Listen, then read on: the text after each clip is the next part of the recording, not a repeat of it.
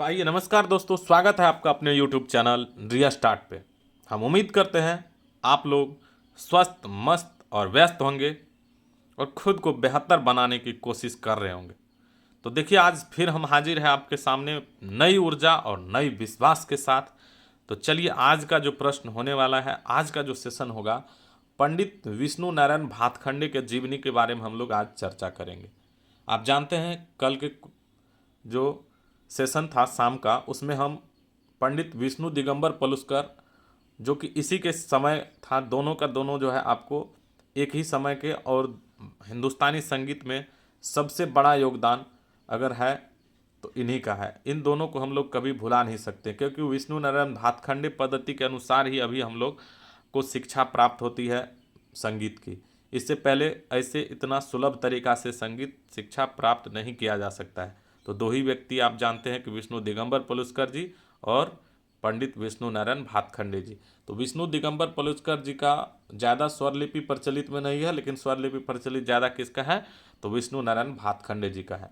तो चलिए, इनकी जीवनी के बारे में जानते हैं, इनके जन्म से संबंधित, और ये कैसे शिक्षा प्राप्त करते हैं, कि कैसे कैसे संगीत का प्रचार प्रसार में आते हैं, तो इनसे संबंधित प्रश्न को जानेंगे। आइए देखिए, सबसे पहले आपको बता दें कि पंडित विष्णु नारायण भातखंडे जी का जो जन्म होता है वह आपको 10 अगस्त 1860 ईस्वी को होता है। कब होता है, तो 10 अगस्त 1860 ईस्वी को होता है, और महाराष्ट्र में होता है। महाराष्ट्र में आप जानते हैं कि बालकेश्वर है, वहाँ पे होता है। और किस दिन होता है, तो कृष्ण जन्माष्टमी के दिन इनका जन्म होता है। वैसे इनके पिता आप जानते हैं कि जो जो बहुत बड़े संगीत से भी, इनके पिता को भी बहुत प्रेम रहता है, इसीलिए संगीत की सीखने की प्रेरणा तो इसको अपने पिता से ही मिल जाती है। अतः ये क्या करते हैं, अध्ययन के साथ साथ पंडित जी क्या करते हैं, आपको भातखंडे जी संगीत की शिक्षा भी प्रारंभ कर लेते हैं। और पंडित जी आपको सितार सीखते हैं, सितार बजाना, गायन भी सीखते हैं, बांसुरी भी बजाते हैं। तो ये कौन से कब सीखते हैं और क्या क्या होता है, ये सभी बात इसका जानेंगे। तो चलिए, सबसे पहले जो आपका प्रश्न पूछा जाएगा कि पंडित जी का, भातखंडे जी का जन्म कब हुआ। तो अगर आपसे यह प्रश्न आए कि पंडित विष्णु नारायण भातखंडे जी का जन्म कब हुआ, तो आपको याद रखना है कब होता है इनका जन्म। 10 अगस्त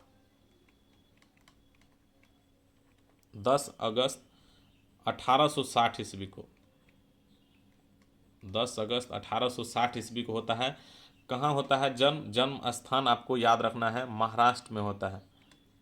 महाराष्ट्र, महाराष्ट्र में होता है इनका जन्म। और विष्णु दिगंबर पुलस्कर का जो जन्म होता है, आप जानते हैं कहाँ होता है, उसका कर्नाटक में होता है, बेलगांव नामक स्थान पे। कुरुंदवाड़ नामक जगह है, तो वहाँ का रियासत रहता है, उस जगह पे होता है आपको उसका। लेकिन इनका जो जन्म होता है महाराष्ट्र में होता है, और महाराष्ट्र के बालकेश्वर नामक स्थान पे होता है। उनका जन्म होता है आपको, इनका होता है कृष्ण जन्माष्टमी के दिन, और उनका होता है पूर्णिमा के दिन। तो दोनों का आपको रिलेट करके याद रखना है। विष्णु नारायण को पूर्णिमा के दिन, और इनका होता है कृष्ण जन्माष्टमी के दिन होता है। जन्म स्थान हो गया महाराष्ट्र, महाराष्ट्र के बालकेश्वर। तो आपको याद रखना है महाराष्ट्र के बालकेश्वर, बालकेश्वर नामक स्थान पे होता है। और कृष्ण जन्माष्टमी के दिन होता है। कब होता है, कृष्ण जन्माष्टमी, ये भी बात आपको याद रखना है, कृष्ण जन्माष्टमी पूछा जा सकता है। तो जो क्वेश्चन बन सकता है उतना हम सभी इस वीडियो में कर देंगे, ताकि आपको दिक्कत ना हो। कृष्ण जन्माष्टमी के दिन होता है। देखिए, इनको जो सितार की शिक्षा मिलती है, आप जानते हैं कि सितार और गायन और बांसुरी तीनों की शिक्षा का और अच्छा अभ्यास करते हैं तीनों का ये। तो सेठ बल्लभ दास से इनको सितार की शिक्षा मिलती है। और उसके बाद जो है फिर गायन की शिक्षा इनको मिलती है, किनके द्वारा मिलती है उसको भी जानेंगे। तो पहले चलिए, सितार की जो शिक्षा मिलती है किसके द्वारा मिलती है, सेठ बल्लभ दास के द्वारा। तो उनका नाम ये आपको याद रखना है कि पंडित विष्णु नारायण भातखंडे जी को सितार की शिक्षा किन से प्राप्त होती है, तो किन से प्राप्त होती है, बल्लभ सेठ बल्लभ दास, ये आपको याद रखना है, सेठ बल्लभ दास। और गायन की शिक्षा जो इनसे कुछ बहुत सारे व्यक्तियों से गायन की शिक्षा प्राप्त होती है, लेकिन कुछ कुछ व्यक्ति का नाम हम लिख देते हैं, जो कि आपको एग्जाम में अगर देखने को मिले तो इसी सब से आपको देखने को मिलेगा। देखिए, इसका गुरु राव जी बुआ बेल बातकर, एक नाम आपको याद रखना है, गुरु गुरु राव, गुरु राव जी बुआ गुरुराव जी बुआ बेल बात कर, बेल बात कर हो गया। और उसके बाद और भी बहुत थे। जयपुर के थे मोहम्मद अली खां। कौन थे? मोहम्मद अली खां। जयपुर के थे, आप जानते हैं कौन? मोहम्मद अली खां। मोहम्मद, जयपुर के मोहम्मद अली खां, जयपुर के मोहम्मद अली खां हो गए। उसके बाद इन और कौन रहते हैं? जयपुर के मोहम्मद अली खां है। फिर ग्वालियर के पंडित एकनाथ, इनका भी नाम आपको एकदम इम्पोर्टेंट हो जाता है। ग्वालियर के रहते हैं एकनाथ।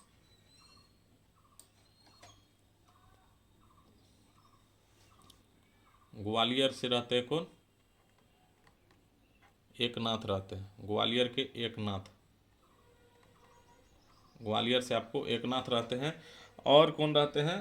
तो यही सब आपको याद रखना है। कुछ और भी रहते हैं तो आपको उतना ज़्यादा नहीं जाना है। तो क्या हो गया? और एक आपको और नाम याद रखना, रामपुर के रहते हैं आपको अली खां, उनका भी नाम याद रखिएगा। रामपुर के कौन रहते हैं? अली खां का नाम आपको याद रखना है। ग्वालियर खां हो गया, एक अली खां का भी नाम आपको याद रखना है। ये आपको सभी इनके क्या होते हैं, इनसे इनको गायन की शिक्षा मिलती है। फिर देखिए ये क्या करते हैं, गायन की शिक्षा मिलने के बाद गायन की तो शिक्षा मिल ही रही होती है। और उनके बाद क्या होता है, ये बीए करते हैं। तो बीए कब करते हैं? 1883 ईस्वी में बीए करते हैं। फिर 7 साल बाद 1890 में ये क्या करते हैं, एलएलबी की परीक्षा उत्तीर्ण कर जाते हैं। और लेकिन कुछ समय तक तो ये वकालत करते हैं। लेकिन पंडित जी का मन वकालत में नहीं लगता है, क्योंकि ये इसको संगीत से बहुत ज़्यादा प्रेम रहता है। इनके पिता से ही इनको समझिए मिला हुआ है रियासत में। तो 1883 ईस्वी तो आपको याद रखना है, बीए करते हैं। और 1890 ईस्वी में क्या करते हैं, ये वकालत करना शुरू, एलएलबी कर लेते हैं। और इनके द्वारा जो पुस्तक लिखे जाते हैं, उनके बाद क्या होता है, आधुनिक काल में संगीत के जो आप जानते हैं कि शास्त्रीय पक्ष जो जनता के पास इतना अच्छा तरह से अभी देखने को हम लोगों को मिल रहा है, तो समझिए सबसे ज़्यादा योगदान आपको पंडित भातखंडे जी का ही है। जो इसके द्वारा हम लोगों को क्या क्या मिल रहा है, संगीत की उचित जो शिक्षा है वो हम लोगों के पास आसानी से भातखंडे संगीत शास्त्र के द्वारा, जो कि भातखंडे जी के द्वारा लिखा गया है। तो इनसे संबंधित जो पुस्तकें लिखा गया है, उन प्रश्नों को चलिए हम देखते हैं। आप जानते हैं कि अ, हुआ क्या था क्रियात्मक, ये जब आप जानते हैं कि देश के विभिन्न भाग में ये भी भ्रमण करते हैं और संगीत के प्राचीन ग्रंथों की खोज करते हैं। इसको पुस्तक जो है ना लिखने का मन में कब आता है, जब ये भी देखते हैं कि शिक्षा संगीत का ग्रहण करना इतना आसान नहीं है विद्यार्थियों के लिए। बहुत ही उस टाइम में आप जानते हैं कि किसी तरह से उस सेवा का भाव करके बहुत सारा बात करना पड़ता था उस टाइम में, एक संगीत की शिक्षा प्राप्त करने के लिए, है ना। तो आप जानते हैं इनके द्वारा किया गया कई, चलिए 1 मिनट। तो जानते हैं दोस्तों, इनको जो है, आप भातखंडे जी का अगर बात करते हैं, तो ये जो अपना कैसे कैसे करके धन दे करके, चाहे सेवा दे करके, या शिष्य बन करके, जैसे जैसे हुआ, ये निसंकोच जो है ना सभी से बहुत सारे दिक्कतों के सामना करते हुए बहुत सारे गीत का जो स्वरलिपि है उसको एकत्रित करते हैं। और एक भातखंडे कर्मिक पुस्तक के नाम से 6 भागों में संग्रहित करके क्या करता है, जनता के सामने रखते हैं। तब जा कर के यह वह समय था, आप जानते हैं कि जब किसी व्यक्ति को केवल गीत सीखने के लिए सालों तक अपने गुरु की सेवा करनी पड़ती थी। उस समय में पंडित भातखंडे जी आपको स्वरलिपि पद्धति की रचना कर देते हैं, ताकि जो है लिखित रूप प्रदान करने से क्या हो गया, आप जानते हैं क्या, लिखित रूप पद्धति के जो विकास हुआ भातखंडे स्वरलिपि पद्धति, इससे क्या हुआ, हम लोग जानते हैं कि उत्तरी हिंदुस्तान में यह स्वरलिपि अधिकांश व्यक्तियों द्वारा भी माना जाता है ना। क्योंकि इससे पहले स्वरलिपि था ही नहीं। तो चलिए इनसे जो संबंधित ये जो पुस्तक इनके द्वारा लिखा जाता है, आपको भातखंडे के द्वारा कुछ कुछ पुस्तकें, आपको उनका नाम हम लिखा देते हैं, आपको ये पुस्तकें याद रखना है। तो आइए देखते हैं इनसे संबंधित जो पुस्तकें हैं। पहला तो आपको याद रखना है कौन सा पुस्तकें हो जाता है, भातखंडे संगीत शास्त्र। तो आप जानते हैं कि जिसको हम लोग कर्मिक पुस्तक मालिका भी कहते हैं, ये 6 भाग में लिखा गया है ना। तो चलिए उसको लिखते हैं। पहला पुस्तक आपको याद रखना है, कहाँ गया पेंसिल, कहाँ से कहाँ भाग जाता है।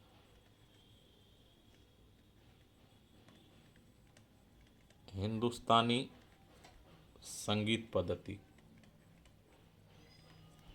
हिंदुस्तानी संगीत पद्धति।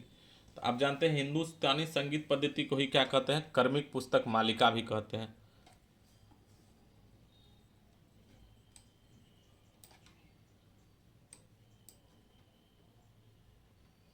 हिंदुस्तानी संगीत पद्धति को क्या कहते हैं? कर्मिक पुस्तक मालिका भी कहते हैं।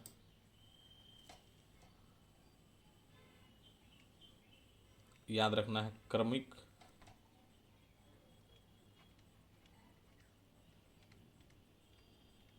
पुस्तक मालिका। हिंदुस्तानी संगीत पद्धति या कर्मिक पुस्तक मालिका जो कि 6 भागों में संग्रहित है। कितने भागों में? 6 भागों में संग्रहित है। तो ये बात आपको याद रखना है। इनके बाद जो है, इनके बाद इनके द्वारा लिखा जाता है कौन सा पुस्तक? भातखंडे संगीत शास्त्र, जो कि 4 भाग में लिखा जाता है। तो आपको ये भी जानकारी याद रखना है। भातखंडे संगीत शास्त्र कितने भागों में लिखा जाता है? 4 भागों में लिखा जाता है। पुस्तकें कहाँ लिख दे आपको? दूसरा पुस्तक यहाँ लिख देते हैं, आपको याद रखना है। दूसरा पुस्तक क्या हो जाएगा? भातखंडे संगीत शास्त्र। भातखंडे संगीत भातखंडे संगीत शास्त्र। भातखंडे संगीत शास्त्र लिखा जाता है। तीसरा पुस्तक इनके द्वारा लिखा जाता है कौन सा? भातखंडे संगीत शास्त्र कितने भाग में रहता है? 4 भाग में लिखा गया है। अगर आप चारों भाग की जानकारी ले लेते हैं तो समझिए संगीत में आपको बहुत सारी जानकारी मिल जाता है। कर्मिक पुस्तक मालिका जो है ये भी 6 भाग में है, और भातखंडे संगीत शास्त्र 4 भाग में। पूछा जाता है कितने भाग में लिखा गया है भातखंडे संगीत शास्त्र, तो ये भी बस प्रश्न आपको याद रखना है। कितने भाग में? 4 भाग में। अगला प्रश्न, अगला पुस्तक का नाम लिखिए अभिनव राग मंजरी। क्या लिखा गया इनके द्वारा? एक और पुस्तक लिखिए अभिनव राग मंजरी। ये थोड़ा सा ऊपर नीचे सही तरह से होना चाहिए ना।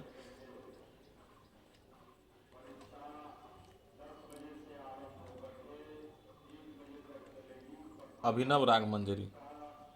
तीसरा पुस्तक आपको अभिनव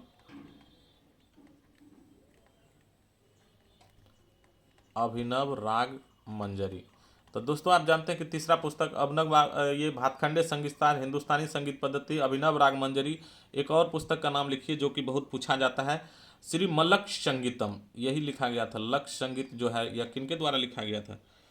आपको भातखंडे जी के द्वारा ही लिखा गया था। लक्ष्य संगीत पुस्तक लिखा गया था भातखंडे जी के द्वारा।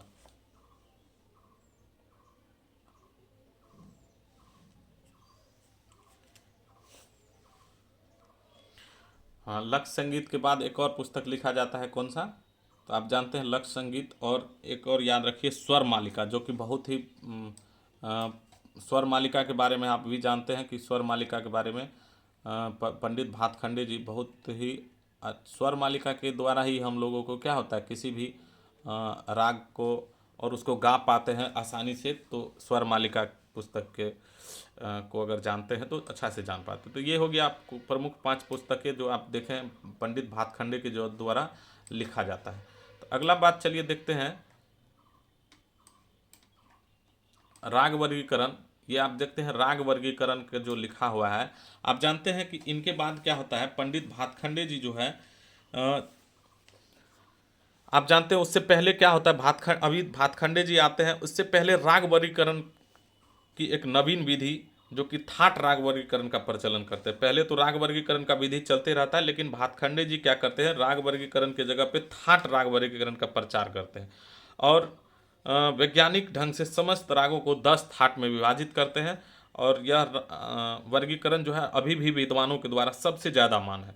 जिस समय भारत में रेडियो नहीं था उस समय, उसके बाद इसको भातखंडे जी के द्वारा जो है आपको संगीत सम्मेलन का आयोजित किया जाता है, और संगीत सम्मेलन सफलतापूर्वक आयोजित जो करवाते हैं, आप जानते हैं कि बड़ौदा नरेश रहते हैं उस टाइम में, उसी की सहायता से प्रथम संगीत सम्मेलन सफलतापूर्वक आयोजित होता है। अखिल भारतीय संगीत अकादमी जो है स्थापित किया जाता है, उस सम्मेलन में ही प्रस्ताव आता है, और कुछ समय बाद फिर लेकिन पास तो हो जाता है, लेकिन कुछ समय बाद वो विद्यालय अखिल भारतीय संगीत बंद हो जाता है। उसके बाद आप जानते हैं कि लगभग 1925 आते आते इनके द्वारा पंडित भातखंडे जी के द्वारा बहुत सारे संगीत सम्मेलन का आयोजित किया जाता है। तो चलिए देखते हैं आपको राग वर्गीकरण के जगह पे क्या इनके द्वारा लाया गया, तो थाट वर्गीकरण। पहले राग वर्गीकरण प्रचलित था, लेकिन जब से भातखंडे जी के द्वारा क्या होता है, थाट वर्गीकरण लाया जाता है। तो ये बात आपको याद रखना है, थाट वर्गीकरण।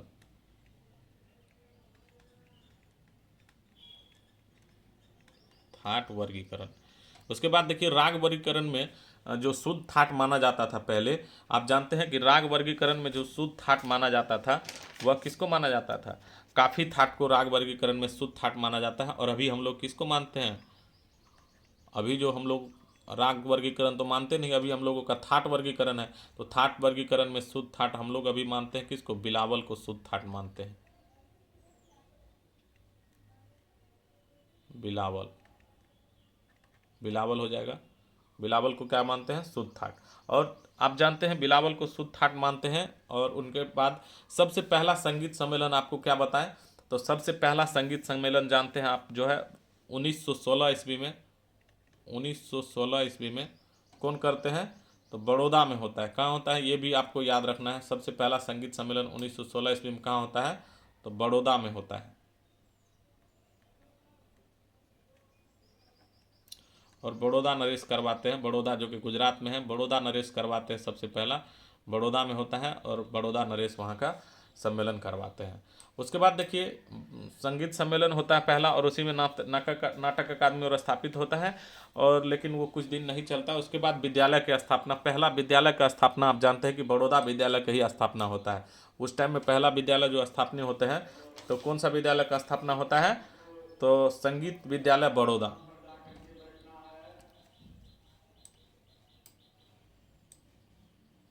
पहला जो विद्यालय की स्थापना होती है इनके द्वारा, पहला विद्यालय की स्थापना जो होती है संगीत विद्यालय बड़ौदा।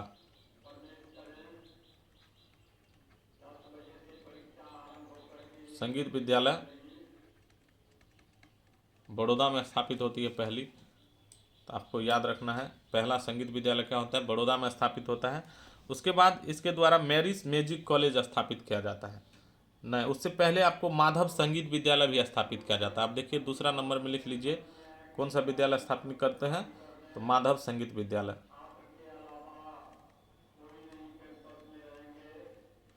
माधव संगीत विद्यालय भातखंडे की जो द्वारा आपको माधव संगीत विद्यालय का स्थापना होता है, कब होता है, तो 1918 ईस्वी में। माधव संगीत विद्यालय आपसे पूछा जाए कहाँ है, तो आपको याद रखना है माधव संगीत विद्यालय कहाँ है, ग्वालियर में है। और ग्वालियर में स्थापना कब होता है, तो 1918 ईस्वी में इनका स्थापना होता है। ग्वालियर में इसका स्थापना कब होता है, तो 1918 ईस्वी में। उनके बाद आप जानते हैं कि म्यूजिक कॉलेज भी स्थापना होता है, जिस music college Marris music college स्थापित होता है भातखंडे के द्वारा। तीसरा ये आपको ये भी बात याद रखना है,